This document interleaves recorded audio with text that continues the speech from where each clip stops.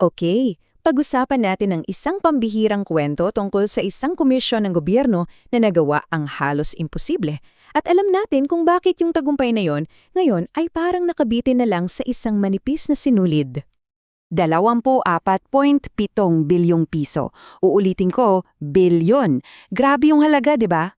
Yan yung perang na-manage i-freeze ng iisang komisyon sa loob lang ng 125 na araw. At lahat yan iniuugnay sa umano'y korupsyon. So, paano nila nagawa yon? Nagsimula ang lahat sa isang tinatawag na 125-day blitz. Sa pagitan lang ng Setyembre 2025 at Enero 2026, ang Independent Commission for Infrastructure o ICI ay naglunsad ng isang kampanya laban sa korupsyon na talaga namang yumanig sa buong bansa. At tingnan nyo to, hindi to biro. Sa loob lang ng 4 na buwan, nakapag-refer sila ng 65 tao sa ombudsman, nag-issue ng 66 lookout orders at nakakalap ng mahigit 1,000 pahina ng ebidensya. Isipin nyo, mas marami pa silang nagawa sa kasing ikling panahon kumpara sa nagawa ng ibang administrasyon sa loob ng maraming taon. Okay, so ano ba talaga ang itsura ng 24.7 billion pesos na na-freeze? Kasi hindi lang yan basta numero sa isang bank account. At dito, wow, makikita talaga natin kung gaano kalaki ang operation.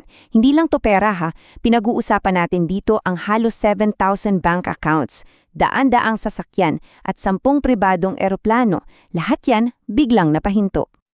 Sa anong sekreto nila? Dito makikita yung galing ng diskarte.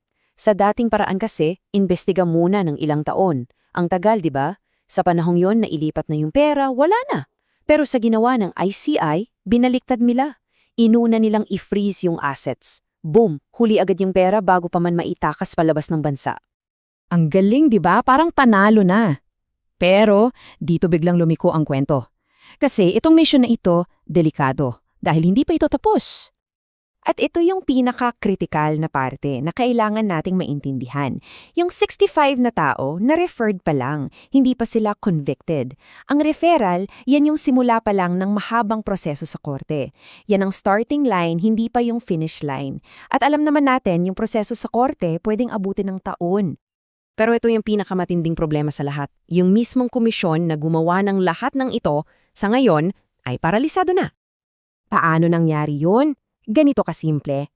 Para gumana sila, kailangan nila ng 3 komisyoner. Ang problema, 2 ang biglang nag-resign. So isa na lang ang natira. Dahil dyan, wala na silang tinatawag na quorum. At pag walang quorum, ibig sabihin, stop lahat ng trabaho. Ganun lang. At hindi to chismis ha. Ito mismo ang sinabi ng special advisor nila. Dahil sa nangyari, lahat ng investigasyon sa iba pang mga proyektong kahina-hina-hina, tigil na. Patay na sa tubig, kumbaga. So, anong sabi ng gobyerno? Medyo malabo. May sinasabing open to extending pero walang konkretong aksyon. Yung ganitong kalabuan, alam nyo kung sino lang ang nakikinabang? Siyempre, yung mga iniimbestigahan. Baka iniisip nyo, political drama lang yan. Pero hindi. Dito napapasok kung bakit apektado tayong lahat. 79 na bilyong piso. Yan yung kabuuang halaga na hinihinalang ni Nakaw. At sa flood control projects pa lang yan. Yun pa lang yung focus ng investigasyon ng ICI. So, anong ibig sabihin ng 79 bilyon na yan? Hindi yan numero lang. Pera yan na dapat sana naging eskwelahan, naging health center, naging kalsada para sa ating mga komunidad. Pera ng bayan niya na hindi napunta sa dapat kalagyan. Dahil dito, nasa isang sangandaan tayo ngayon. Mamimili ang bansa sa 2 landas, yung kung anong dapat mangyari at yung pamilyar na landas na madalas talagang nangyayari. Sa isang banda, yung ideal scenario, may managot, may ma-appoint na bago, maibalik yung pera. Sa kabilang banda naman, yung alam na natin, unti-unting mamamatay yung issue, babagal ang kaso at sa huli, baka wala ring mangyari. Alin kaya dyan? Kaya naman, ang dami nating tanong na walang sagot. Bakit nga ba biglang nag-resign yung 2 komisyoner? At yung pinaka-importante, may makukulong ba talaga? Anong mangyayari sa bilyon-bilyong piso na na-freeze? Kung walang malinaw na sagot, puro hinala na lang ang may iwan. Kaya sa totoo lang, ang tunay na pagsubok dito ay hindi yung galing ng ICI sa 125 na araw na yon. Ang tunay na pagsubok ay kung anong aksyon ang gagawin ng Pangulo sa mga susunod na araw. Maganda ang simula, pero kung walang political will na ituloy, sayang lang lahat. Kaya ito ang tanong na naiiwan sa ating lahat. Itong report ba ng ICII ay magiging simula ng totoong pagbabago at pananagutan?